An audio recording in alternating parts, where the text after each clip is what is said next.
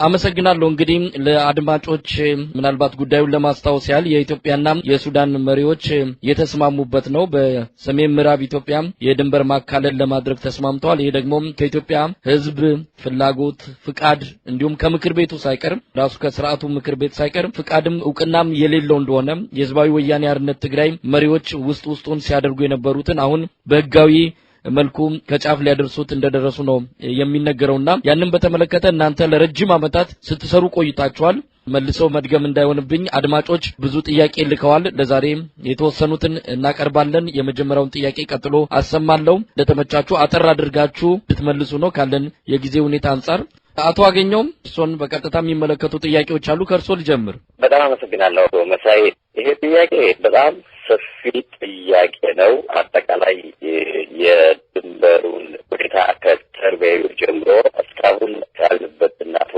ኃይለማርያም እስከሚፈርሙበት ያለውን ፕሮሰስ የሚጠይቅ ነው ግን ከተሰጠን ጊዜ አኳያ በጣም በፍጥነትና በራጠራ አድርጌ ለመመለስ ልሞክር የመጨረሻው ሰውየው ያነሷቸው በጥያቄ ያነሱት በጣም እናመሰግናለን በነገራችን ላይ የመጨረሻውን ጥያቄ ከኔ ይልቅ አቶ አዳነ ቢመልሱልኝ እመርጣለሁ እንደቅድም ባልኩት ምክንያት ሞር ዲቴይል ቦታውን ስለሚያውቁት እዛ አካባቢ በአካል ረግጠው ያውቁታል አንድ በአንድ ለእጃቸውን መዳፊያ ያውቁታል አካባቢውንና ወደ ጥያቄው ልመለስ የመጀመሪያው ጥያቄ መልሱ አጭር ነው አዎ ጉዌን ሰው ነው ሻለቃ ቻርልስ ጉዌን ይባላሉ የታላቋ ብሪታንያ በዛን ሰዓት ግብጽንና ሱዳንን በአንድ ላይ አጠቃላ በቅኝ ግዛት ትመራ የነበረችው ታላቋ ብሪታንያ የሮያል ኢንጂነሪንግ ክፍለ ጦር አባል የነበሩና የካርታ ስራ ባለሙያ የነበሩ ሰው ናቸው እኒህ ሻለቃ ጉዌን ናቸው እንግዲህ አጠቃላይ ድንበሩን ከሰርቬይ መስክ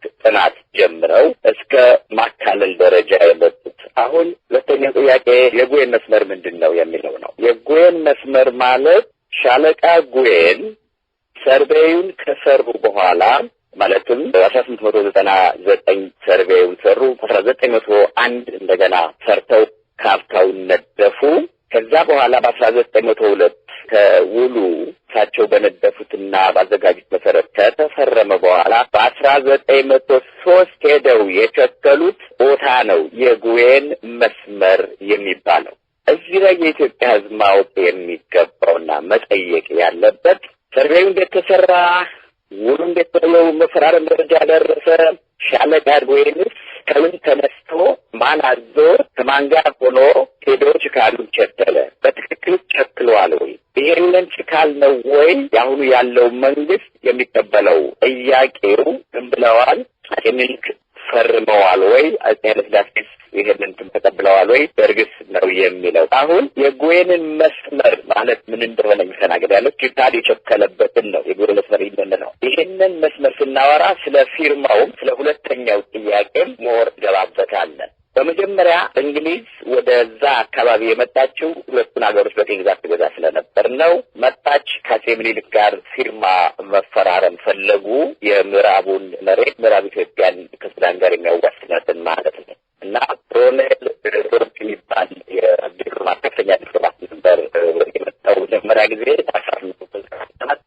ሲመጣ የእንግሊዝ ፌደራል ሰላይ ቡድኖች መጥተው አካባቢውን በደንብ ያጠኑ ነበርና አፄ ምኒልክ በ1891 ዓመተ ምህረት በፈረንጆች አቆጣጠር ነው ማወራው ከውጫሌ ውል በኋላ ውጫሌ ውል ሲያፈርሱ የድንበሬን ወኩሊ ካርታ ለዓለም በትነው ነበር እና ከዛ ካርታ አኳያ ሲገመግሙ አካባቢውን አፄ ምኒልክ እንደውም ከዛ ካርታ በላይ ወደ ሱዳን እና ወደ ኡጋንዳ ወደ ሱዳን ጠልቀው ገብተው ወደ ኡጋንዳ እየቀረቡ ኢፌክቲቭሊ ወይም ደግሞ ወግ ባለው ሁኔታ የሚያስተዳድሩት መሬት በጣም በከፍተኛ ሁኔታ ስለነበረና ሱዳንን ስለሚጎዳ ያንን በሪደር አስቀምጠው የምስራቁን ማለት ከሶማሊያ ጋር የሚደረገው ብቻ ተደራድረው በ1897 እሱ ተመልሶ ሲሄድ ኮሎኔል ጆን ሃሪንግተን የሚባል ዲፕሎማት በቆንስልነት አዲስ አበባ የብሪትን ቆንስል ሆኖ እንዲቀመጥ ተደርጎ እሱ ነው ድርድሩን እስከ መጨረሻው ድረስ ያስኬደው እና እሱ ጉዌንን አመጣ ጉዌንና ሻለቃ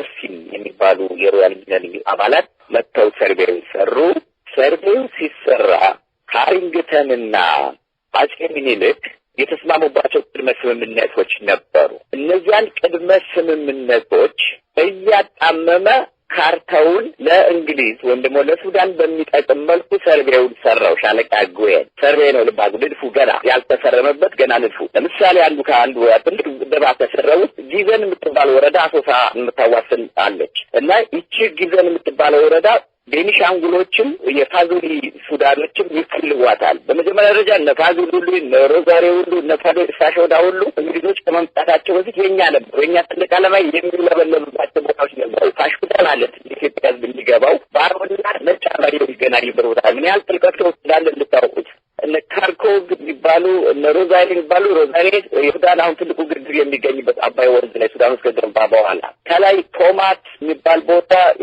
አስመራና ከተዜ የሚገናኙበት ነበረ። እነሱ ሁሉ የኛ ሰንደቅ ዓላማ የሚውለበልብባቸው ቦታዎች ነበሩ። ነገራቸው ሁሉ የሚያረጋግጥ መሬት ነው ማለት ነው። አሁን ሱዳኖች ማሃዲስቶችን ካሸነፉ በኋላ ያኔ ብሩሽ ምንላቸው ባላኛኛ እነሱን ካሸነፉ በኋላ ኃይላቸው ሲጠናከር የኢትዮጵያን እየገፉት መጡ ወደ ምስራቅ። ናንዶም አንድ ኮሎኔል ኮሊንሰን የሚባል ሰው ምን ይላል? ጋላባት ላይ ሆነን አይናችን ማየት እስከሚችለው ወደ ምስራቅ ማየት እስከሚችለው የኢትዮጵያ ተራሮች ስር ድረስ ሄደን መቆጣጠርና መያዝ አለብን። እዛ አካባቢ ከፍተኛ ደን፣ የጣን ዛፎች፣ ከፍተኛ የዱር አራዊት ስላለበት ያን በእኛ ስር ማድረግ አለብን አሉ።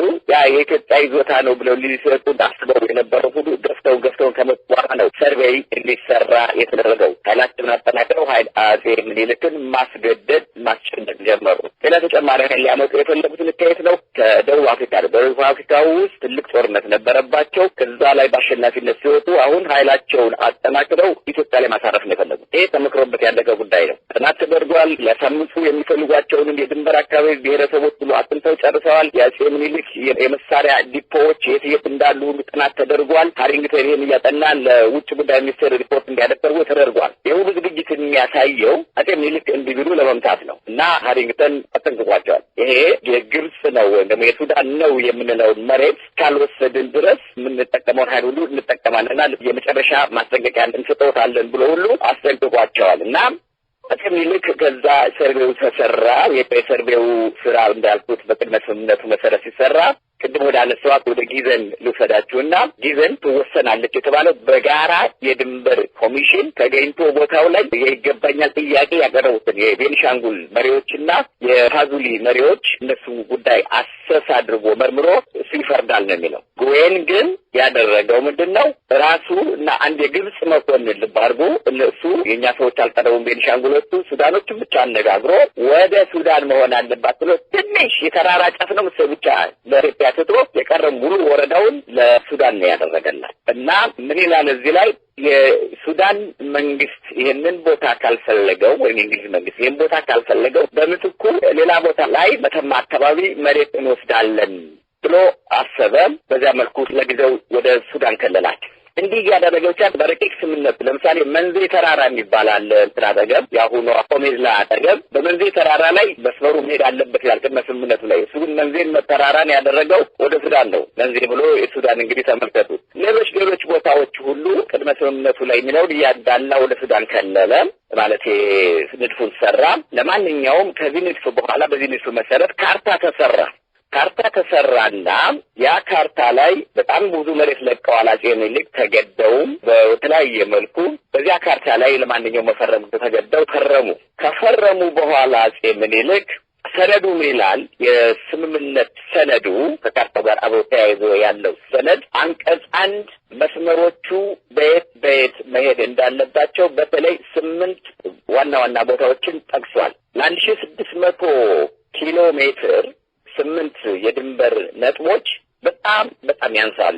ይሄም እንግሊዞች ሆን ብለው ነው ያሳነሱት። በመሃል ላይ እነ ጉዌን እንደፈለጉ እንዲጫወቱ እንዲረዳቸው ለሱዳን ይጠቅማል ያሉትን መሬት ወደ ሱዳን ማድረግ እንዲችሉ እንዲረዳቸው አውቀው ያሳነሱት ነው። እንዲታየው አያሳይም። ስለዚህ ቢሆንም እነዚህ ቦታዎች ይጠቅሳል። 8ቱን ቦታዎች ከየተነስ እየተጀረካለ የሚሄድ አንቀጽ 2 ይህ ስምምነት በርቀት ላይ ያለው ካርታ ወይንም ድንበር ወደ መሬት የሁለቱም ሀገራት የጋራ የድንበር ኮሚሽናቸውን ልከው በትክክል ወደ መሬቱ ያሰፍሩታል የሚል ነው የተቀመጠው። አሁን ምንድነው የሆነው? ግን ኢትዮጵያውያን አላቁም የነሱን ተወካዮች የድንበር ኮሚሽን አባላት ማን ሄደ? ሰርቬዩን የሰራው ሻለቃ ጎይን እንግሊዝን ወክሎ ሄዶ ችካል መቸከል ጀመረ። በ1903 ማለት ተስተካከለና ውል ነው እንግዲህ በአንድ የድንበር ስምምነት ላይ አሳሪ የሚሆንና በኋላ ባደረገበት ሲፈጸም ተዋቢ እንደ ምስክርነት ሊጠቀስ የሚገባው ጎይን አሁን ትልቅ ስህተቶችን ይሰራል። አንድ ብቻውን ሄዶ ከለለ። ብቻውን ሄዶ በመከለሉ አንቀጽ 2 ይጥሰዋል። እንደገና ደግሞ የተፈረመበትን ካርታ ጥሶ ወደ ኢትዮጵያ የገባ ኢትዮጵያን በሚጎዳ መልኩ ችካሉን ይቸክላል። ይሄ አንቀጽ 1ንም ይሽራል።